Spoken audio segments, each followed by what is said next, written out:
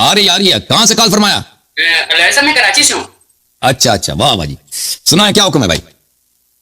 اللہ کا احسان. اچھا 2-3 سوال تھے آپ سے. یار ایک سوال کرو. گلا جو ہے نا, گلا میرا خراب سوکھ گیا ہے یار. صاحب تقریباً یہ کاظمی صاحب سے وہ کچھ کرا کے مہینے کے بعد باری آئی. اگر ابھی بھی 3 سوال نہ کروں تو پھر کب کروں؟ کرو بولو کیا سوال ہے بھائی؟ بولو. اچھا بولیں. اچھا میرا پہلا سوال تو یہ ہے کہ جو ایگزسٹنس آف گاڈ کے متعلق ہے. Sorry, existence of God. یہ کوئی بھائی دیکھیں, ہر چیز کا دیکھیں, اگر ہمیں کوئی مصنوع نظر آئے تو اس کا سانے کا ہونا ضروری ہے. اگر ہمیں کوئی آرٹیفیکٹ نظر آئے تو اس کا بنانے والا ضروری ہے. ٹھیک ہے نا. اور یہ دنیا سب کا سب آرٹیفیکٹ ہے. یہ دنیا سب کا, دنیا کو دیکھیں جہاں پہ بھی دیکھیں, یہاں پہ یہ نقش ہے اللہ تعالیٰ کے کی عظمت کا, اللہ تعالیٰ کی قدرت کا, اللہ تعالیٰ کی حیات کا, اللہ تعالیٰ کی حکمت کا. یہ میرا انگوٹھا ہے, دیکھو بھائی میں انگوٹھا اپنا دکھا دیتا ہوں. یہ میرا انگوٹھا ہے, ٹھیک ہے نا. اب یہ کہتے ہیں کہ بھائی یہ خود بخود بن گیا. یہ خود بخود کہاں بن جاتا ہے انگوٹھا؟ یہ کئی بار, یہ تو ایک سادہ سی چیز ہے, اس میں ڈیزائن کوئی خاص نہیں ہے نا. یہ ڈیزائن انگوٹھے کا کہ ایک پتھر ہے, اس کے ایک چاندی ہے, یہ بہت سادہ سا ڈیزائن ہے. اب اس کو آپ جو ہے نا ایک امیبیا سے, ایک اللہ آپ کو بلا کرے, ایک پروٹین کے سیل سے, ایک بلڈ سیل سے آپ اس کا قیاس کریں. یہ سیل جو ہے نا اتنا پیچیدہ ایک چیز ہے. بایولوجی جب ہم پڑھتے تھے کسی زمانے میں, انسان نے جو چیزیں بنائی ہیں نا, اس میں مثلا کمپیوٹر بہت, اس میں ڈیزائن بہت کمپلیکیٹڈ ہوتا ہے. ابھی موجودہ دور میں جو گاڑیاں نہیں آئی ہیں اس میں ڈیزائن بہت لگتا ہے, اس میں انجینئرنگ بہت ہوتا ہے. کمپیوٹر میں انجینئرنگ بہت ہے. آپ کا جو ٹی وی مانیٹر ہے نا, یا کمپیوٹر کا مانیٹر ہے, اس میں بہت ڈیزائن لگتا ہے, انجینئرنگ لگتا ہے, سالوں کا محنت ہے, دہائیوں کا محنت ہے, ڈیکیڈز آف ورک. بلکہ اگر گہری نظر سے دیکھیں تو سینچریز آف ورک ہے اس میں. کئی سو سال کا محنت ہے کہ آپ کے سامنے ایک تصویر ہے جو میں آپ سے بات کروں اسکرین, ٹھیک ہے نا. دیکھیں انسانوں نے جن چیزوں کو بنایا اس میں سب سے پیچیدہ چیز آرٹیفیکٹ انسانوں کا مصنوع جو ہے انسانوں کا, وہ صنعت میں انڈسٹری میں کیا ہے, وہ اسپیس شپ ہے. اسپیس شپ جب بنتا ہے نا تو اس میں بہت انجینئرنگ لگتی ہے, اس میں بہت ڈیزائن لگتا ہے.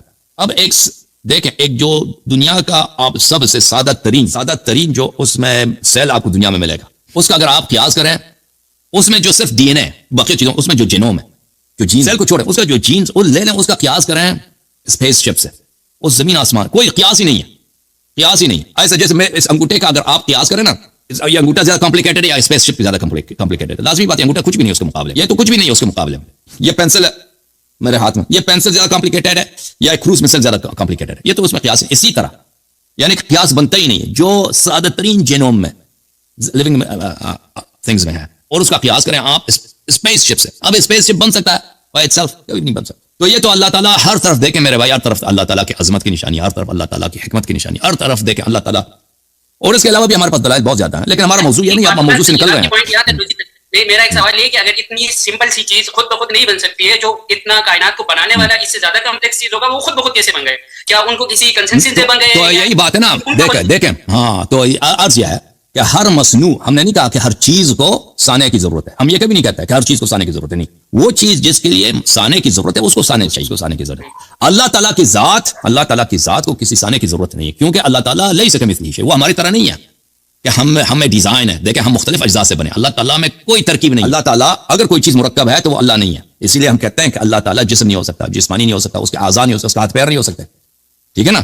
اللہ تعالیٰ بسیط ہے, اللہ تعالیٰ کا نہ داخلی عضو ہے, نہ عقل میں اس کے اجزاء ہیں, نہ اس کے عضو ہے, نہ اس کے اجزاء ہیں, اجزاء خارجی ہے, نہ اجزاء عقلی ہیں. تو اس میں کسی قسم کا ڈیزائن نہیں. بس اللہ تعالیٰ خالق الزمین السماوات, صرف اس کی ہستی کو ہم وہ ہمارے اور آپ کی طرح نہیں ہے کہ دیکھ کے بتائیں کہ یہ کیا ہے. اللہ تعالیٰ آنکھ سے نظر آنے والی چیز نہیں ہے. اللہ تعالیٰ دوسری چیزوں کی طرح نہیں ہے محدود, جس پہ احاطہ ہو سکتا ہے علم کا کہ یہ کیا چیز ہے, بلکہ جو چیزیں نظر آتی ہیں ان پہ علم کا احاطہ بھی ناممکن. اللہ تعالیٰ کسی چیز کی طرح ہے نہیں. صرف ہم اللہ تعالیٰ کے متعلق اتنا جان سکتے ہیں کہ وہ موجود ہے, وہ وحدہ لا شریک ہے, اس کے یہ صفات ہیں. صفات یہ ہے کہ وہ حی ہے, وہ عالم ہے, وہ قدیر ہے, وہ اس میں نطق ہے, ٹھیک ہے نا. یہ صفات ہے, اور یہ صفات اس میں نہیں ہے کہ وہ مرکب نہیں ہے, وہ متجزی نہیں ہے, وہ کسی محل کو گھیرتا نہیں ہے. تو اللہ تعالیٰ کے متعلق ہم اتنا جانتے ہیں وہ کیا ہے, اس کی ذات کے متعلق وہ کیا ہے, وہ کچھ کوئی بتا نہیں سکتا. نہ نبی صلی اللہ علیہ وسلم جانتے ہیں, نہ امیر المومنین علی علیہ السلام جانتے, کوئی نہیں جانتا اللہ کی ذات کے متعلق وہ کیا ہے. اہل بیت طاہرین علیہ السلام نے فرمایا کہ کبھی اس وادی کی طرف نہ جائے, اس کے متعلق سوچنا بھی حرام, کیونکہ انسان جو ہی سوچے گا وہ گمراہ ہو جائے گا, کیونکہ نہیں پہنچے گا. نہیں, صرف حیرانیت, سرگردانی آپ کو ملے گی, اس آپ کے ذہن میں آنے والی چیز نہیں. تو ابھی جو ایتھیسٹ ہمارے ایتھیسٹ جو ابھی ان کا پرابلم یہی ہے نا کہ وہ اللہ تعالیٰ کو فرض کرتے ہیں ایک چیز کی طرح نا, جو میں اور آپ ہیں, یا کوئی حیوان ہے, ہاتھی ہے, دنیا ہے, اس طرح کی چیز فرض کرتے ہیں, کہتے ہیں ایسا چیز ہمیں نہیں ملا. تو لازمی والا ایسا خدا ہے ہی نہیں جو آپ کو اس طرح مل جائے. جس خدا کو نفی کرتے ہیں نا وہ صحیح کہہ رہے ہیں, اس طرح کا خدا نہیں ہے, کیونکہ ان کے ذہن میں ایک تصور ہے جیسے میں اور آپ ہوں نا, کہ اب میں اور آپ ہیں, محدود اشیاء ہیں. مثلا ہم میں کرسی پہ بیٹھا ہوں, آپ سامنے بیٹھے ہیں, گفتگو کر رہے ہیں. اللہ بھی اسی طرح کوئی چیز ہوگی آسمان میں, داڑھی ہے بھائی, وہ ادھر سے دیکھ رہا ہے, بادشاہ ہے, سر پہ تاج ہے, اس کے ہاتھ میں ڈنڈا ہے, ملائکہ کے افواج ادھر ادھر پھر رہے ہیں, تخت پہ بیٹھا ہے, کبھی ادھر دیکھ رہا ہے کبھی ادھر دیکھ رہا ہے, ٹھیک ہے نا, اوپر جاتا ہے نیچے جاتا ہے. وہ اس آسمانی مخلوق, وہ تو پھر وہ اس کے متعلق آپ کہہ سکتے ہیں وہ کون ہے, وہ کیا چیز ہے, کیا کہتا ہے, کیا پیتا ہے, کیا پہنتا ہے, وہ تو کہہ سکتے ہیں اس کے متعلق کہاں ہے. ایسا یہ جب یہ تصور ہو گیا نا رب کا, تو اس کے متعلق یہ سب چیز آ جائے. پھر وہ رب ہی نہیں ہے, وہ اللہ, وہ تصور ہی غلط ہے. ایسا چیز وہ اللہ نہیں ہو سکتا, ایسا چیز وہ مخلوق ہے میرے بھائی. اوکے, آپ ہمارے موضوع سے بہت دور نکل گئے بھائی, اللہ آپ کو جزائے خیر. اچھا ٹھیک ہے, اور دوسرا اچھا ٹھیک ہے, چلو میں آپ کے موضوع کے متعلق سوال کرتا ہوں.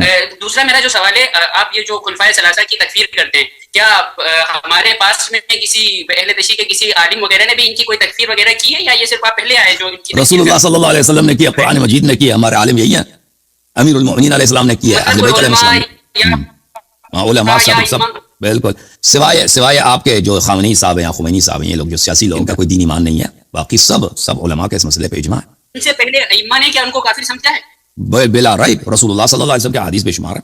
نہیں چلے, وہ خامنہئی خمینی صاحب کو چھوڑ دیں, ان سے آپ کے خاص خار ہے نا, تو ان سے وہ جو آپ کی چیزیں ہیں وہ اپنی جگہ. اور میرے ذاتی کچھ بھی نہیں ہے خامنئی خمینی کے متعلق, اور بھائی یہ جان لو, خامنئی خمینی سے میری ذاتی دشمنی کوئی نہیں ہے, خامنئی خمینی سے ذاتی کچھ بھی نہیں ہے, میرا سب شرعی مشکلات میں ان کو باطل پہ سمجھتا ہوں. خمینی جیسے لوگ بقیہ علماء کو بھی, یہ لوگ جو ہے آپ کے علماء دین کے دشمن ہیں.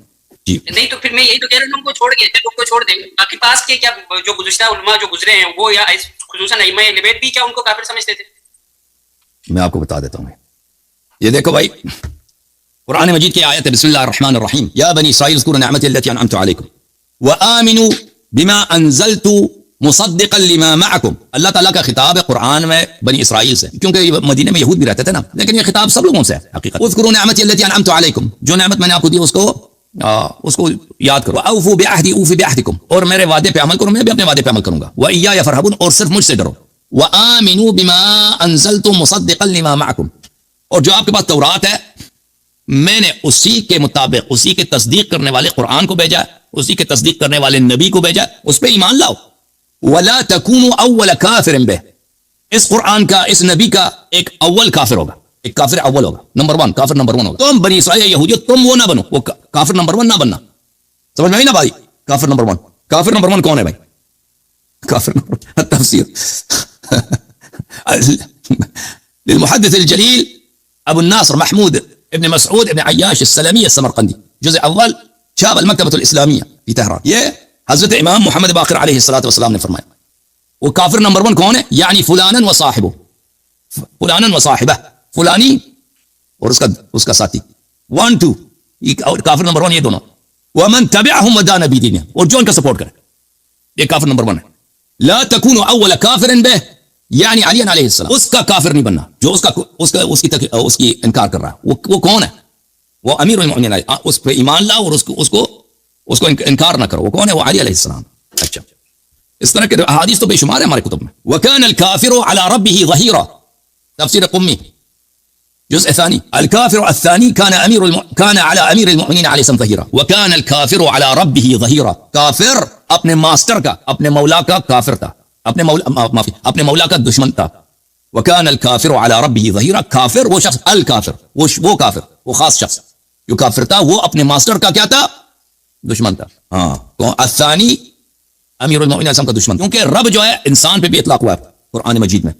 اذکرنی عند ربک, حضرت یوسف علیہ السلام نے اپنے جیل والے ساتھی سے کہا نا کہ میرا سفارش کر لینا اپنے رب کے پاس, یعنی فرعون میں سے. بہت اللہ کو عزت دے. تھینک یو سر, خدا آپ کو جزائے خیر. اب جو ہے